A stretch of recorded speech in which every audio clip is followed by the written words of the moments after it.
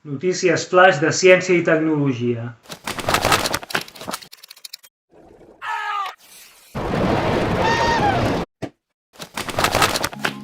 Mai endevinaràs on es va prendre aquesta foto.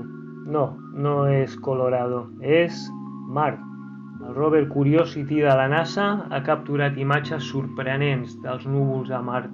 Segons la NASA, els núvols són poc habituals a l'atmosfera de Mart, però generalment es formen al seu equador durant l'època més freda de l'any i majoritàriament estan formats per gel d'aigua. Samsung tancarà el hub domòtic B1 aquest mes. I endevina qui en té un d'aquests? Bingo! Moi! Sent el nerd que soc, després de fer la meva deguda investigació, vaig comprar un hub SmartThings B1 fa 7-8 anys, més o menys, i he de dir que ha estat genial. SmartThings va néixer com una empresa independent el 2012, quan va llançar una de les campanyes de Kickstarter més grans de la història, un programa de finançament de $1,2 milions per al primer centre de llars intel·ligents de l'empresa. Samsung va comprar SmartThings el 2014 i al juny del 2020 el gegant coreà va anunciar un pla que bàsicament tancaria totes les coses que va adquirir. Una gran part d'aquest pla es durà a terme a finals d'aquest juny, quan Samsung eliminarà l'SmartThings de primera generació. Abans que Samsung comencés a destruir tot el sistema, SmartThings representava la comunitat de llars intel·ligents més gran que existeix, i eines complicades però poderoses com Groovy IDE permeten que la comunitat ompli els espais en blanc del programa. Així que ara he de trobar una manera de mantenir la meva llar intel·ligent en funcionament. T'ho explicaré tot aviat. El camí ja ha estat escollit i involucra codi obert. Arribarà aviat el vídeo Open Hub vs Home Assistant. No t'ho perdis. Panells solars flexibles de pelar i enganxar. Maxeon Solar Technologies, amb seu a Singapur, ha anunciat que llançarà comercialment els seus panells solars Maxeon Air aquest estiu. La companyia diu que els panells solars Air no tenen marc, són prims, lleugers i adaptables, amb la mateixa eficiència i rendiment que els panells solars estàndard. Maxeon tampoc indica encara quant costaran els panells Air, però diu que el producte es presentarà al públic durant les jornades de la indústria electrònica intel·ligent del 21 al 23 de juliol. Us podeu enregistrar per obtenir més informació al seu lloc web. Un SDC amb processador RISC-V. Recordeu que us vaig explicar el mes passat sobre aquesta nova arquitectura de processador RISC de codi obert?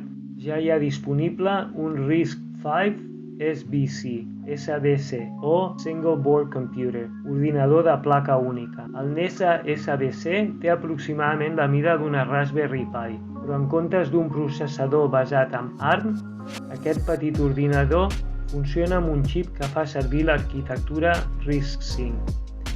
No és un xip molt potent, però amb un preu de $99 i suport per Linux, NESA és una de les opcions més assequibles per desenvolupadors i aficionats que volen començar a treballar amb RISC-V. No, jo no sóc tan nerd i no en sé tant. Per rematar la jugada, hi ha rumors de que Intel està fent una oferta de $2.000 milions per un dels dissenyadors més importants de RISC-V, l'empresa SiFive.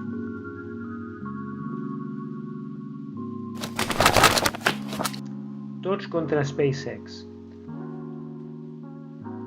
Us en recordeu que el mes passat us vaig parlar que Blue Origin i Dianetics van elevar una protesta contra la decisió de la NASA d'atorgar a SpaceX la construcció del Lunar Lander pel programa Artemis? Doncs ara Viasat, amb seu a Califòrnia, que proporciona serveis de banda ampla des de l'òrbita geoestacionària, està demanant a la FCC que aturi els llançaments de Starlink mentre busca una decisió judicial. L'intent de Viasat de detenir o almenys ralentir l'expansió de Starlink es basa en convèncer un tribunal federal d'apel·lacions que la FCC estava legalment obligada a avaluar l'impacte ambiental de la megaconstel·lació abans d'aprovar la sol·licitud de SpaceX de doblar la quantitat de satèl·lits que pretén operar des de 550 quilòmetres. Dels més de 1.600 satèl·lits Starlink en òrbita, aproximadament 700 s'han llançat des de gener. Òbviament, SpaceX espanta i molt els seus competidors. La Xina vol conquerir l'espai i més. Per qualsevol que hagi estat observant, cada vegada està més clar que la Xina està fent un progrés gegantí en l'àmbit de la ciència en general i en particular de l'espai. Els investigadors xinesos estan fent grans avenços en intel·ligència artificial, medicina, física i, per descomptat, a l'espai. La Xina està construint la seva pròpia estació espaial al Tiangong, Palau Celestial, i ja està enviant a 3 astronautes ara al juny. Té un rover a Mart, al Hurong, i la Lluna és pràcticament el seu pati del darrere. D'una banda, tot això em faria molt feliç com a humà. Crec que és genial que altres éssers humans comprenguin la importància de la ciència, la investigació i l'espai.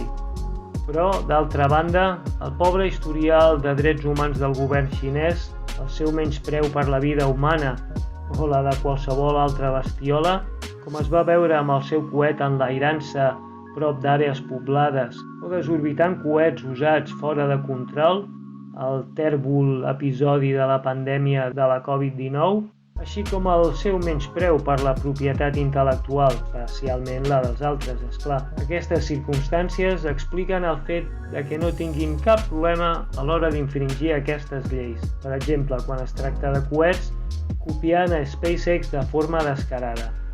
Com ho veig jo ara mateix, l'única sortida és treballar més dur i de forma més intel·ligent. Qualsevol d'aquestes notícies mereix un vídeo per si sol. Si vols que faci algun vídeo específic de qualsevol d'aquests tòpics, deixa un comentari a continuació aquí a la caixa de comentaris. També, si t'ha agradat aquest vídeo, no t'oblidis de donar-li el m'agrada i de subscriure't al canal en cas de que no t'hagis subscrit encara. Ens veiem aviat.